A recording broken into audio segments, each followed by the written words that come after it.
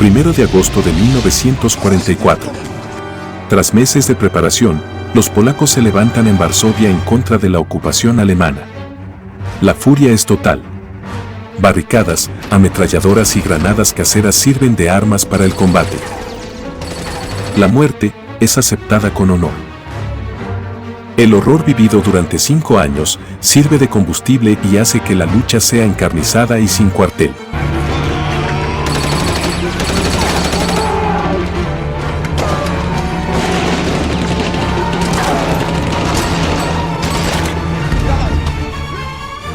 Algunos judíos, sobrevivientes del ya destruido gueto, se unen a la lucha de forma salvaje. Tras varias semanas de esperar ayuda por parte de los aliados, los polacos caen derrotados.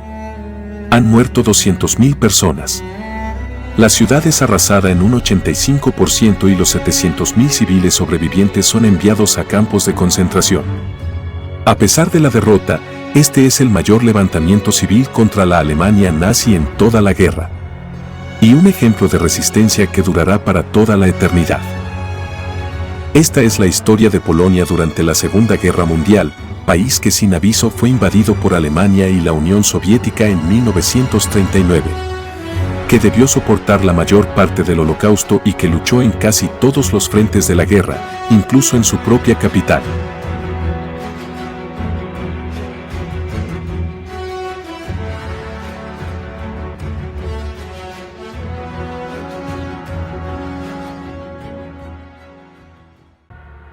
En sus orígenes, Polonia había conformado la poderosa comunidad polaco-lituana, la cual tuvo momentos de gran gloria en Europa y existió desde 1569 hasta 1795. Gradualmente esta cayó en desgracia hasta ser desmembrada por el Imperio ruso, por Prusia y por Austria a finales del 1700. Tras la Primera Guerra Mundial, Polonia es restituida como Estado por los vencedores y entre 1919 y 1921, esta se enfrenta al poder bolchevique que había surgido de la Revolución Rusa. Con un ímpetu arrollador, Lenin deseaba extender su revolución a todo el planeta, empezando por el territorio del eximperio ruso, dentro del cual se encontraba Polonia. Tras un conflicto grande y sangriento, los polacos logran que los bolcheviques los respeten y firman un tratado de límites y paz. El héroe y líder polaco de esta guerra es Józef Pilsudski, quien condujo a Polonia a la victoria y luego gobernaría durante varios años más. De esta manera nace la Segunda República Polaca, pero para desgracia de esta nación, apenas 4 años después Adolf Hitler en su libro Mi lucha, escribe que el destino de Alemania se encuentra en su expansión hacia el este, para obtener lo que llama Lebensraum o espacio vital.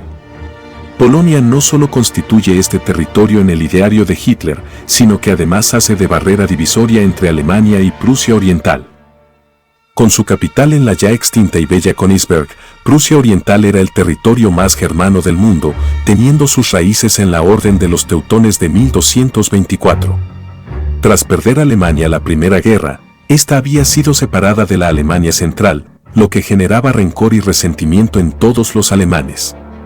Teniendo esto en cuenta, y con el ascenso al poder del Partido Nacionalsocialista en 1933, una invasión a Polonia por parte alemana era solo cuestión de tiempo.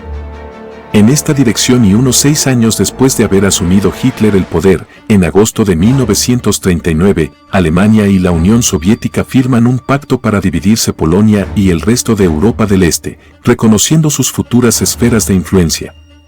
Apenas una semana después de firmado el pacto, Hitler invade Polonia sin previo aviso el 1 de septiembre, bajo la Operación Caso Blanco. La excusa es un falso ataque polaco en la frontera, creado por las SS alemanas. De esta manera, 1,5 millones de soldados, casi 4.000 vehículos blindados, 2.000 aviones y 9.000 piezas de artillería cruzan la frontera polaca. A estas fuerzas se oponen casi 1 millón de soldados polacos que cuentan con 880 blindados, 4.000 cañones y 430 aviones. Más allá de su inferioridad numérica y de material, el principal problema de Polonia es su extensa línea de defensa. A la hora de disponer la misma, los polacos habían optado por defender toda la frontera de 1.500 kilómetros, ya que de esta forma protegían la gran zona industrial del oeste y varias ciudades. Si hubieran optado por defender detrás del río Vístula, podrían haber estrechado el frente de combate y resistido con mayor facilidad, pero al costo de perder su industria y debilitar su economía. La estrategia elegida, de defender sobre toda la frontera, deja expuesto al ejército polaco a ataques en profundidad. Los alemanes, aprovechando esto, disponen su ataque desde tres ángulos: Prusia Oriental por el norte, Poznan por el oeste y Silesia y Eslovaquia al sur. Pronto, las penetraciones en el extenso frente tienen lugar y Polonia debe comenzar a retroceder intentando recomponer una línea defensiva unificada.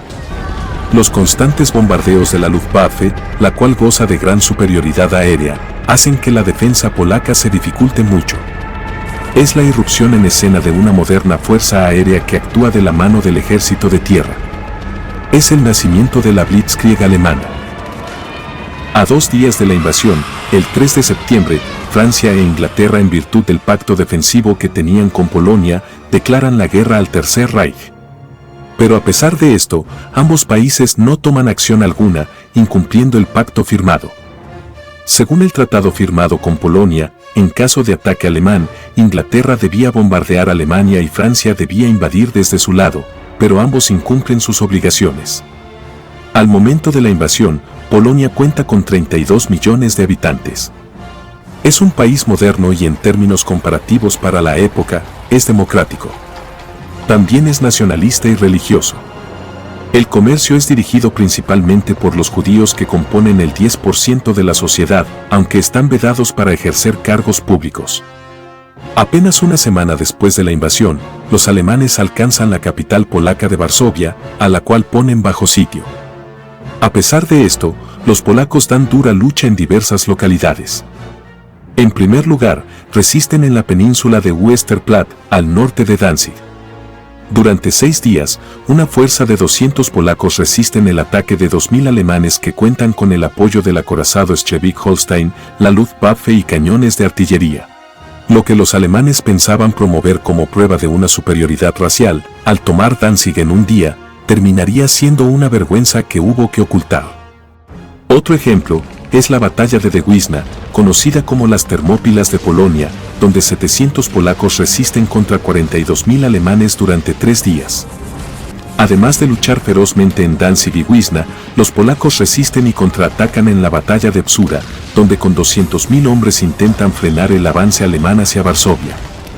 Si bien en un inicio el ataque polaco tiene éxito y hacen retroceder a los alemanes 20 kilómetros, la presión desde el norte hace que terminen rodeados. Los ejércitos polacos de Poznan y Pomor se quedan cercados por el octavo y el cuarto ejército alemán en una gran bolsa. Durante varios días los polacos intentan romper el cerco, pero no pueden lograrlo, por lo que se rinden al quedarse sin alimentos. Unos 170.000 soldados se entregan a la Wehrmacht y unos 20.000 han fallecido en batalla. Apenas un puñado de miles logra escapar del cerco hacia Varsovia. Los alemanes, que sufren 8.000 muertos en esta batalla, ahora tienen el camino a la capital totalmente despejado. Esta es la batalla más importante del conflicto y un punto de quiebre del cual Polonia nunca se recuperará. Tras la derrota sufrida, el gobierno polaco abandona la capital junto a gran parte de la policía y demás personal estatal. La desesperada defensa queda a cargo del general Walerian Suma, quien dispone de fuerzas muy limitadas. Suma ordena al alcalde de Varsovia, Stefan Starzyński, que movilice a los civiles para que construyan barricadas y trampas antitanque en cada esquina. Tanto mujeres como ancianos y niños colaboran en la defensa de la urbe. Starzyński organiza el suministro de agua y alimentos, como también da discursos todos los días por la radio, manteniendo la moral de toda la ciudad y convirtiéndose en el símbolo de la resistencia. En la primera semana del sitio, los polacos logran repeler varios asaltos alemanes, destruyendo 80 tanques de la 4ª División Panzer.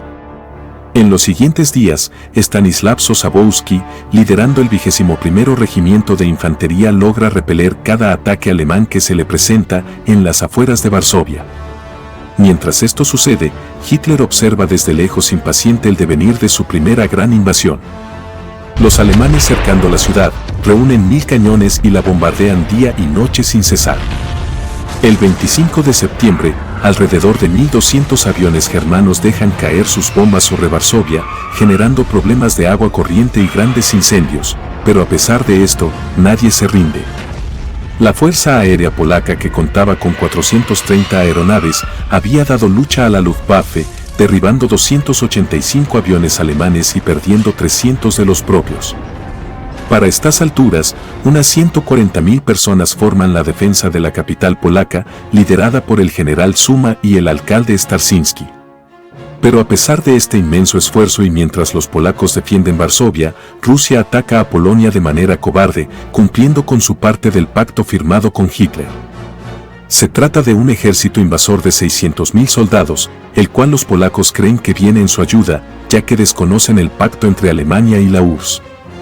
Debido a esto, se da la orden a lo que queda de las fuerzas armadas polacas de no enfrentar a los soviéticos y de concentrarse en el ataque alemán. A pesar de los avances alemanes y el sitio de Varsovia, la invasión soviética es el mazazo final para el ejército polaco, el cual es incapaz de enfrentar una invasión por dos frentes. Como si esto fuera poco, la esperada ayuda por parte de Francia e Inglaterra nunca llega, dejando a Polonia abandonada y sola frente a dos potentes enemigos. Más allá de que el general Zuma había reunido tropas y material para aguantar varias semanas más, la situación estratégica de Polonia ya no tenía sentido. Hacia el 28 de septiembre los polacos se rinden, siendo arrestados sus principales líderes. El alcalde de Varsovia, Stefan Starzyński, sería ejecutado por la Gestapo hacia fines de diciembre. Y el general Zuma estaría preso en campos de concentración hasta el final de la guerra. El gobierno polaco se ha exiliado en Francia y la marina polaca ha escapado a Inglaterra. En aproximadamente un mes la guerra ha terminado y para noviembre la Segunda República Polaca ha dejado de existir. En respuesta, se forma en la clandestinidad el Tajna Armia Polska o Ejército Secreto Polaco, liderado por Witold Pilecki y Jan Wlodarkiewicz.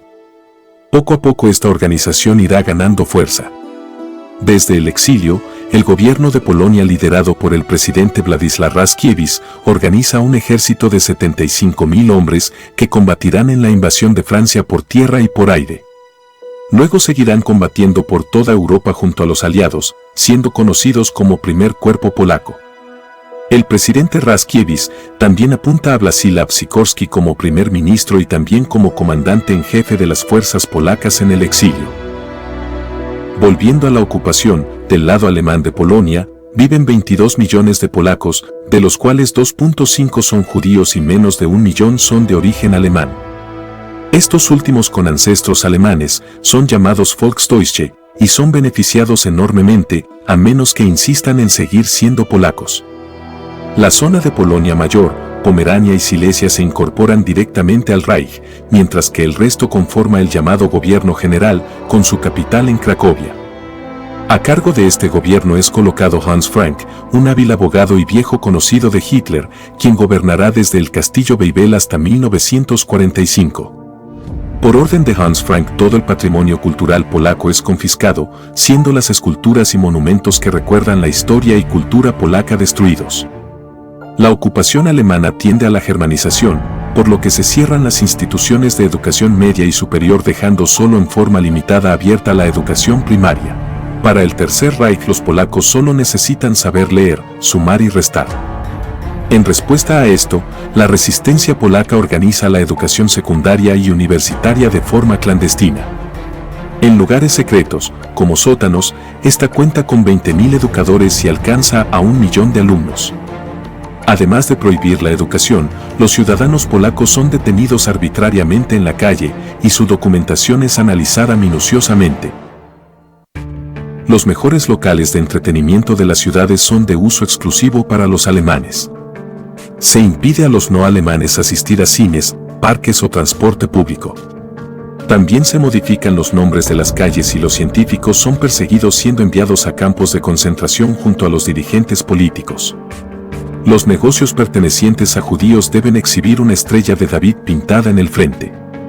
Es una forma de discriminación que también desalienta a los polacos a no consumir en esos locales. En un contexto más amplio, Alemania persigue el Generalplan Ost o Plan General del Este. Un plan ultrasecreto de limpieza étnica que tiene como objetivo la deportación de 30 millones de eslavos a Siberia y la ocupación de sus tierras con población de raza aria. Esto es la culminación de la idea de espacio vital o Lebensraum descrita por Hitler en Mi lucha. Los recursos humanos y materiales de Polonia se ponen al servicio del Tercer Reich y en el transcurso de la ocupación alrededor de 3 millones de polacos son enviados a trabajar a Alemania.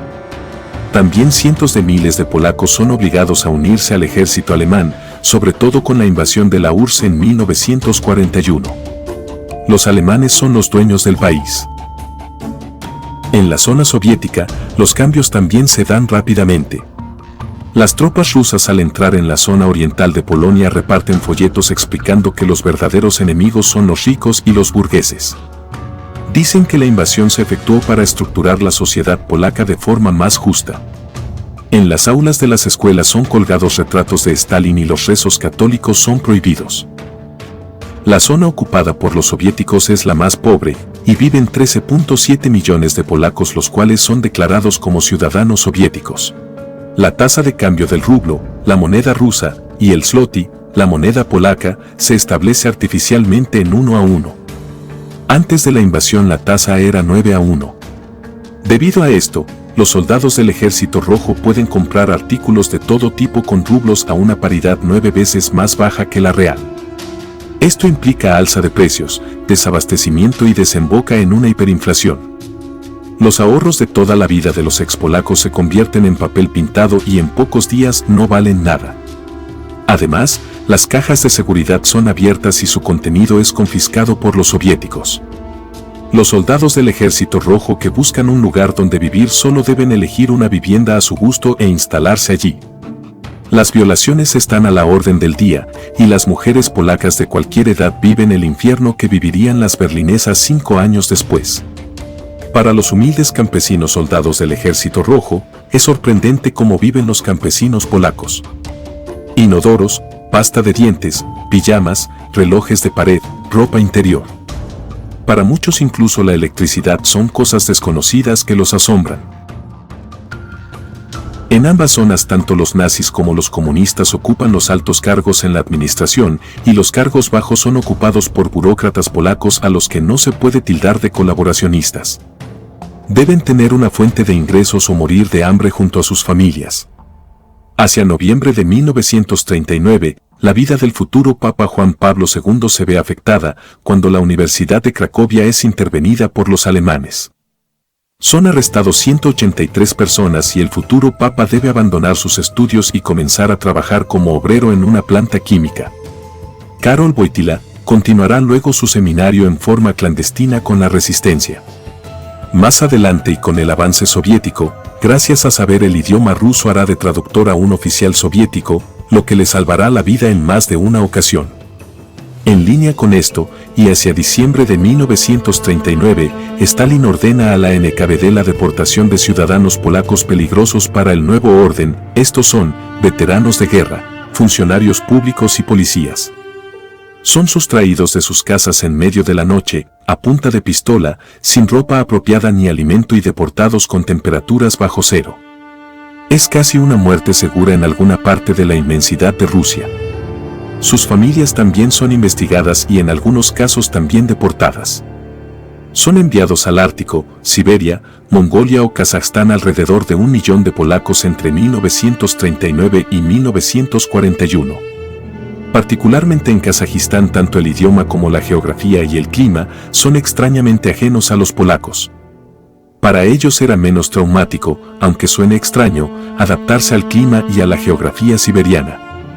Las interminables y áridas estepas de Kazajstán son el peor escenario. En Siberia son encerrados en campos de trabajo y alojados en barracas de madera. En Kazajstán muchas veces llegan y nadie los espera, salvo la nada y la miseria. Una tierra de nómades donde ni siquiera encuentran madera y agua como en Siberia. En ambas opciones cada día representa una lucha por la supervivencia. Además de todo esto, la Gestapo alemana y la NKVD soviética trabajan codo a codo intercambiando información de inteligencia sobre la resistencia polaca que se estaba formando. Para inicios de 1940, apenas unos meses luego de la invasión, el ejército secreto polaco ya cuenta con 8.000 combatientes, 20 ametralladoras pesadas y un puñado de rifles antitanque. Si bien no parece mucho, genera fuertes dolores de cabeza a los alemanes, actuando en emboscadas imprevistas. En un acto de este tipo, el mayor Henry Dobrzański, apodado Jubal, liquidó a un batallón entero de infantería alemana. Además de este tipo de acciones, también el espionaje y sabotaje es una práctica común. El mejor ejemplo es el de Witold Pilecki, quien se deja capturar a propósito por los alemanes para infiltrarse en Auschwitz, lo que logra con éxito. Desde el interior de Auschwitz, Pilecki crea un grupo de resistencia y también informa de las atrocidades a los polacos de afuera. A pesar de esta resistencia, el 5 de marzo de 1940 se produce en la zona soviética el asesinato en masa de la élite intelectual y militar polaca en los bosques de Katyn, en Rusia Occidental. Alrededor de 22.000 personas son asesinadas a sangre fría y enterradas en fosas comunes. Los alemanes realizan su versión de este hecho con la Operación Ave Action, donde eliminan a 7.000 polacos en el bosque de Campinos, al oeste de Varsovia, y a otros tantos los deportan a campos de trabajo.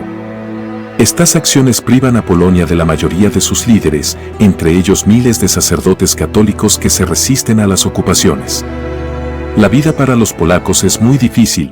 Para mediados de 1940 un amplio racionamiento se impone a todos los productos, siendo las papas y la cebada los únicos de libre consumo.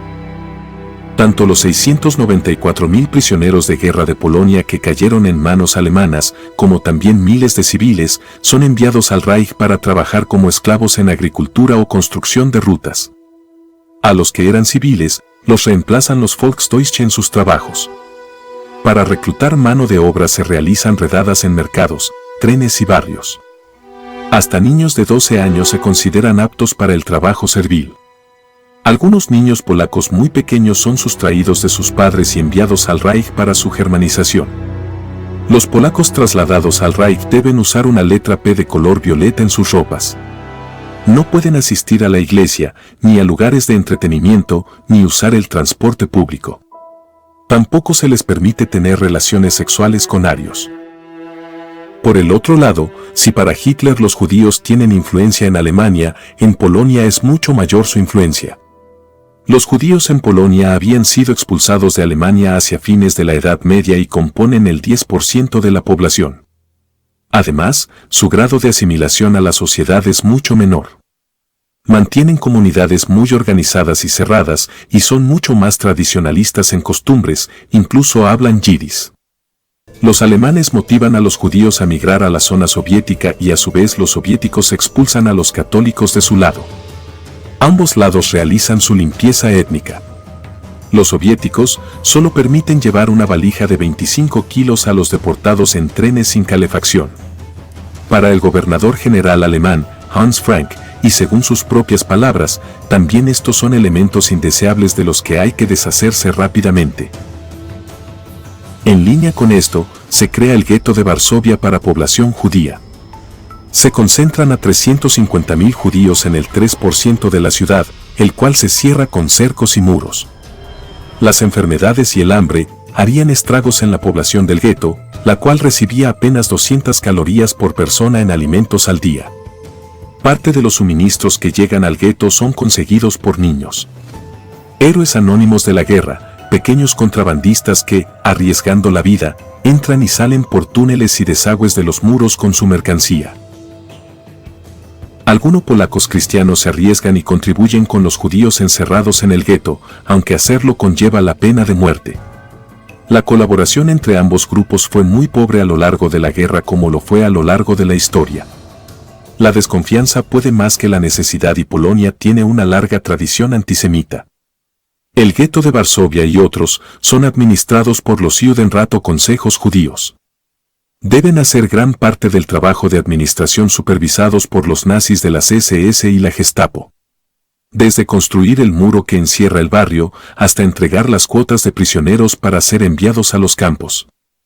La policía del gueto también está compuesta por judíos polacos confiables para los nazis y reporta a la Gestapo. Para mediados de 1941, la situación de Polonia empeora de manera significativa. Por un lado, Hitler lanza su enorme invasión de la Unión Soviética, con lo cual Polonia queda en el medio del campo de batalla entre dos gigantes. Los dos dictadores que antes se habían unido para terminarla, ahora pelearían entre sí en una guerra a muerte. Por otro lado, el jerarca nazi Hermann Göring encarga a Reinhard Heydrich la implementación de una solución final a la cuestión judía, lo que desencadenará en el Holocausto. En esta línea, Heydrich mediante un decreto ordena la concentración de todos los judíos de Europa en las grandes ciudades polacas.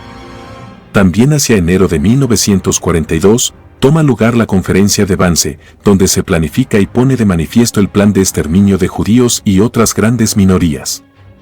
Heydrich, junto a su mano derecha, Adolf Eichmann, organizan el transporte desde los guetos a los campos en todo el territorio polaco y otros. En palabras del director del campo de Auschwitz, Rudolf Höss, durante el juicio de Nuremberg, el asesinato se produce con el químico Zyklon B en cámaras que parecen salas de baño. Los restos se destruyen con hornos y fosas comunes. Alrededor de 11 millones de personas son eliminadas de esta manera, siendo 5 o 6 judíos y otros 5 gitanos, soviéticos, polacos, entre otros. Pero mientras que Heydrich y los alemanes planifican este genocidio, la resistencia polaca estrecha sus filas. Para febrero de 1942, se fusionan los distintos grupos en el Armia Krajowa o Ejército Nacional Patrio. Este sería el principal movimiento de resistencia, no solo en Polonia, sino en toda la Alemania nazi con 400.000 miembros activos. Además de la Armia Krajowa, se crea el Partido Obrero Polaco, alineado con la URSS, la cual ahora que Hitler había invadido, apoyaba la resistencia comunista polaca. La rama armada del Partido Obrero, llamada Armia Ludowa o Ejército Popular, llega a contar con 40.000 partisanos comunistas financiados por Stalin.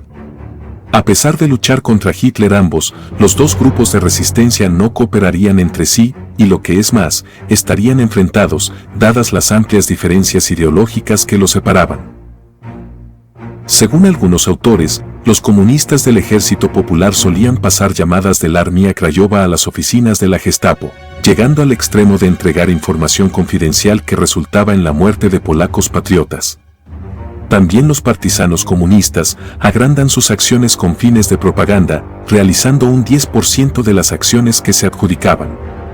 Opuesto a esto, para junio de 1944, el Armia Krajowa ya había realizado cientos de operaciones de resistencia. Se descarrilan 700 trenes, se vuelan 40 puentes y se realizan 25.000 acciones de sabotaje. Con todo esto, el AK se convierte en un gran problema para las líneas de abastecimiento del ejército alemán en el este. La respuesta alemana es despiadada, cada soldado alemán muerto por la resistencia tiene como respuesta 100 polacos ejecutados. En otro contexto, a fines de 1941, el polaco Józef Kozacki termina de desarrollar su detector portátil de minas, el cual obsequia a Inglaterra. El dispositivo salvaría la vida de miles de soldados, permitiendo retirar explosivos escondidos bajo la tierra.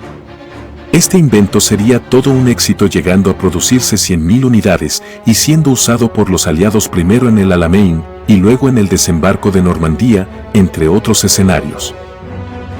Hacia marzo de 1942 se produce un acuerdo de gran importancia entre el gobierno polaco en el exilio y la URSS. Stalin, que ahora estaba bajo la invasión de los alemanes, acepta liberar a parte de los polacos que había encarcelado en gulags en 1939. Bajo el liderazgo de Władysław Anders, unos 80.000 soldados y 37.000 civiles escapan de los gulags y de los soviéticos en tren hacia el Medio Oriente británico.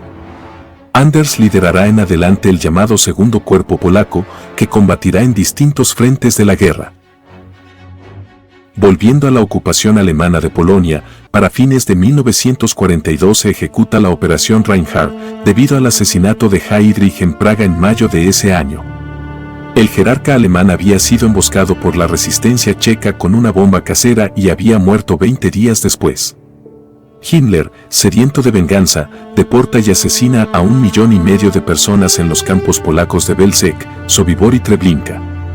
De la mano de esto, Himmler también comienza a vaciar el gueto de Varsovia, deportando 6.000 personas por día en trenes a los campos de Treblinka. El presidente del Consejo Judío del Gueto, Hassam Czerniakow, se niega a cumplir esta orden y se suicida. Alrededor de 300.000 personas son deportadas, quedando solamente unos 55.000 judíos en el gueto. Estos judíos que quedan se niegan a ser aniquilados y se rebelan contra Himmler a mediados de abril de 1943. Liderados por Mordechai Anielewicz, resisten durante casi un mes a las tropas de las SS comandadas por Jürgen Strupp. A una semana de comenzado el levantamiento, el joven Anielewicz daba este testimonio en una carta. Lo sucedido superó nuestros sueños más audaces. Los alemanes huyeron 2 veces del gueto. Una de nuestras compañías mantuvo su posición durante 40 minutos, mientras que la otra duró más de 6 horas. No puedo describirles las condiciones en las que viven los judíos.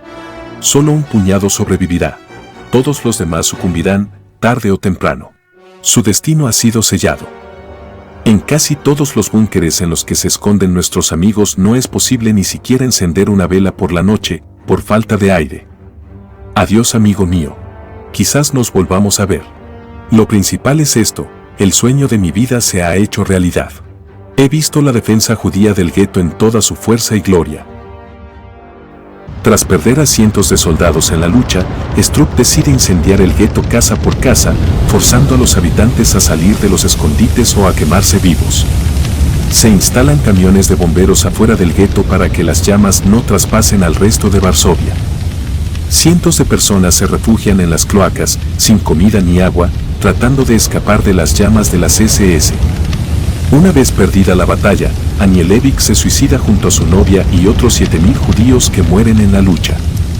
Otros 37.000 son enviados a Treblinka. Hacia esas mismas fechas, Stalin rompe relaciones con el gobierno polaco en el exilio liderado por Sikorski. Se debe a los cuestionamientos que recibe por el descubrimiento de las fosas de Katyn, donde habían sido asesinados 22.000 polacos por el NKVD soviético. Sikorski moriría luego en un accidente aéreo y es reemplazado por Stanislav Mikolasik. Pero los soviéticos, a pesar de cortar vínculos con el gobierno polaco en el exilio, forman un ejército con los prisioneros que habían capturado en 1939 y con polacos dispuestos a luchar contra Alemania. Este ejército llegaría a contar con más de 100.000 hombres y llegaría a luchar en la propia batalla de Berlín, recorriendo todo el este de Europa.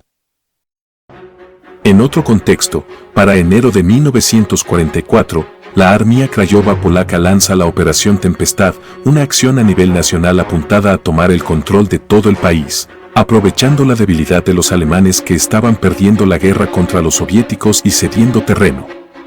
El plan polaco es realizar levantamientos planificados en todo el país a medida que los soviéticos se acercan a las distintas localidades. De esta forma, los polacos ayudan a liberar Vilna, Leópolis y Polesia de las garras alemanas. Pero los soviéticos, cuyo ejército es mucho mayor, arrestan a los líderes polacos una vez acabadas las batallas y obligan al resto de la tropa a unirse al ejército rojo. Una vez obtenidas estas victorias, los polacos lanzan el levantamiento de Varsovia el 1 de agosto de 1944. Conocida como la mayor rebelión civil contra la Alemania nazi, los polacos cuentan con 50.000 hombres, mujeres y niños, liderados por el general Tadeusz Komorowski. También algunos sobrevivientes judíos del gueto se unen a la lucha. Los alemanes en la ciudad, al mando de Rainer Stahel, totalizan unos 16.000 soldados, aunque otros 90.000 se encuentran en las regiones cercanas. Durante los primeros días, los polacos logran retomar grandes zonas de la ciudad, pero no logran conectarlas entre sí, quedando divididos e incomunicados. Un participante del levantamiento, llamado Miron Bialosewski, da una idea de lo que estaba ocurriendo. En un momento toda la ciudad ha salido a formar barricadas. Mujeres, ancianos y niños. Todos se pasan ladrillos y cosas al grito de rápido, más rápido. También la gente está arrojando mesas, sillas y armarios desde las ventanas del tercer piso a la calle para las barricadas. Las que son de madera no sirven para nada, los tanques les pasan por encima y además se prenden fuego al instante. Empezamos a romper las veredas para reforzar las mismas con cemento y adoquines. Más tarde, en pleno combate, el escritor polaco relata: en la calle Ogrodova, en el medio del caos, hay un grupo de polacos y alemanes luchando con hachas, lanzándoselas entre ellos y corriendo de aquí para allá. La lucha es desesperada y completa. Hitler, impaciente y furioso, ordena convertir la ciudad en un lago y envía refuerzos.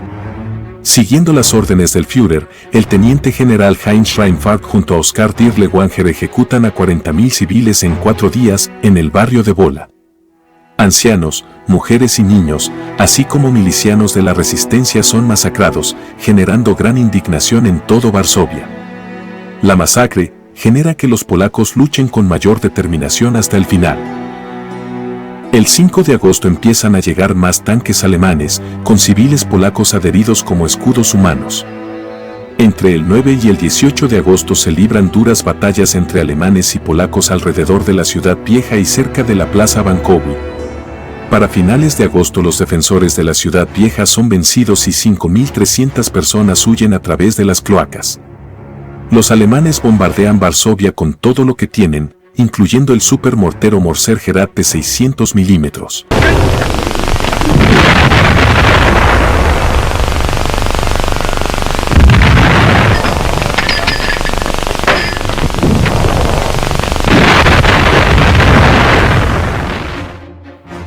La resistencia polaca, sin artillería ni armas antiaéreas, observa impotente la demolición de su capital. Mientras en Varsovia los polacos se desangran, el 10 de septiembre, los soviéticos alcanzan el margen oriental del río Vístula. Con buenas expectativas, emisarios del ejército de resistencia polaco se reúnen con los soviéticos y les proponen formar un regimiento mixto para combatir en Varsovia. Sin embargo, agentes de la NKVD arrestan a los emisarios y cortan todo tipo de comunicación con los polacos. Los soviéticos esperarían a que la resistencia polaca fuera derrotada para luego quedarse con el control total de Polonia. Aunque la excepción a esto es el primer ejército polaco de la URSS, al mando de Zygmunt Berling, quien cruza el Vístula desobedeciendo a sus mandos e intenta contactar con el Armia Krajowa. Pero para desgracia de los polacos, Berling sufre grandes bajas y no cuenta con artillería suficiente, debiendo retirarse tras días de combate. Los soviéticos destituyen a Berling por su ataque y ordenan no atacar por al menos 4 meses. Toda una muestra de sus planes. Por otro lado, desde los cielos los aliados apenas envían ayuda a Varsovia. Primero Inglaterra y Estados Unidos envían alimento, medicinas y armamento. Y luego, cuando la batalla ya estaba casi perdida y bajo presión de los anglosajones, los soviéticos lanzan también armamento pesado y liviano. Pero ni la cantidad ni el momento de esta ayuda fue la suficiente para cambiar el resultado de la batalla. Sin esperanzas de ningún tipo, el 2 de octubre el general Tadeusz Bohr-Komorowski firma la capitulación. Durante el levantamiento, habían muerto 200.000 civiles. Varsovia es vaciada, siendo unas 700.000 personas enviadas a campos de trabajo o exterminio. Luego, con explosivos y lanzallamas, los nazis arrasan casa por casa y prestan especial atención a los monumentos históricos y a los archivos nacionales. El 85% de la urbe es destruida. Se calcula en unos $50.000 millones de hoy esta destrucción, la cual Alemania se niega a pagar. Tras esto, los alemanes envían a su principal fuerza en el área, el cuarto cuerpo SS Panzer, a combatir a Budapest, por lo que los soviéticos cruzan el río y toman la urbe sin casi resistencia. Al ser tomada Varsovia por los soviéticos, esta es anexionada junto al resto de Polonia y los sobrevivientes del levantamiento son ejecutados o encarcelados. El más prominente de estos es Leopold Kulicki, líder del Armia Krajowa, quien es condenado a prisión y luego asesinado en la misma. Durante la conferencia de Yalta, en febrero de 1945, los aliados acuerdan que Polonia tendrá elecciones libres, pero en la práctica y tras la caída de Alemania, Polonia cae en las manos de Stalin, quien implanta un gobierno comunista durante 40 años. Además de esto, se acuerda que todo el territorio polaco sea movido 500 kilómetros al oeste, para alejar a Alemania aún más de la frontera rusa. Esto genera que la ciudad de Danzig pase de estar en el extremo noroeste a estar en el centro norte del país, por ejemplo. También la Unión Soviética se apropia de Prusia Oriental, siendo bautizada como Kaliningrado. Con esto, unos 2,5 millones de alemanes fueron expulsados de sus hogares y también fueron cambiadas los nombres de las calles y destruidas las esculturas teutónicas centenarias. Prusia Oriental desapareció de facto en 1946 y hasta el día de hoy es parte de la Federación Rusa. Con la ocupación soviética y el comunismo, los cientos de miles de soldados polacos que habían estado luchando desde el exilio junto a Inglaterra y el resto de los aliados optan por no retornar a su país. Habían peleado en Francia, en Inglaterra, en África, en Monte Cassino, Italia, en el Día D, en Holanda y en Alemania. Habían perdido al menos 26.800 hombres y derribado 1.000 aviones de la Luftwaffe. Al final de semejante esfuerzo, los polacos habían logrado derrotar a Alemania, pero no así a la URSS, la cual ocupaba el país desde 1939 y lo haría hasta 1990. Pero a pesar de la derrota, la resistencia polaca continuaría luchando contra el gobierno soviético hasta el final de la guerra y luego de esta, realizando una guerrilla en el campo con incursiones a las ciudades. El 21 de mayo de 1945, por ejemplo, un grupo de polacos ataca un campo de prisioneros del NKVD, liberando a cientos de presos políticos que habían sido encarcelados. En respuesta a estas acciones, los soviéticos arrestan a 2.000 sospechosos, de los cuales 600 son asesinados y enterrados en fosas comunes. En los años de 1944 a 1956, entre 300.000 y 500.000 polacos son arrestados por la policía comunista. Muchos mueren en prisión en condiciones inhumanas y otros son juzgados y ejecutados. Uno de ellos es Witold Pilecki, héroe nacional de la resistencia, quien se había infiltrado en Auschwitz para descubrir lo que allá ocurría y quien había luchado en el levantamiento de Varsovia. Pilecki es juzgado por diversos cargos y ejecutado cobardemente por los soviéticos. Y aún peor, sus hazañas son censuradas por el gobierno comunista hasta su caída en 1989. En 2006 y de forma póstuma, recibiría el Orden del Águila Blanca, la más alta distinción de Polonia. Además de los 300.000 encarcelados, otros 6 millones de ciudadanos polacos son catalogados como sospechosos de un elemento reaccionario o criminal. Los veteranos de la Armia Krajowa se harían conocidos como los soldados malditos, ya que continuaron resistiendo hasta 1963, año en que el último miembro activo, Józef Franczak, muere asesinado en un granero. Hacia 1989, con la caída del muro de Berlín, el 1 de agosto de cada año se comenzaría a celebrar el aniversario del levantamiento de Varsovia, fecha icónica de la resistencia polaca. Esto, sin embargo, no sucedió durante la era soviética, dado que podría haber incitado a una rebelión general. Para muchos polacos, la Segunda Guerra Mundial no terminó hasta la caída de la URSS, cuando por fin Polonia pudo recuperar su independencia de Moscú, la cual había perdido en 1939. Si les gustó el documental, no duden en suscribirse y darle me gusta. Si quieren apoyar el mismo, pueden realizar donaciones a través de Mercado Pago o unirse al Patreon.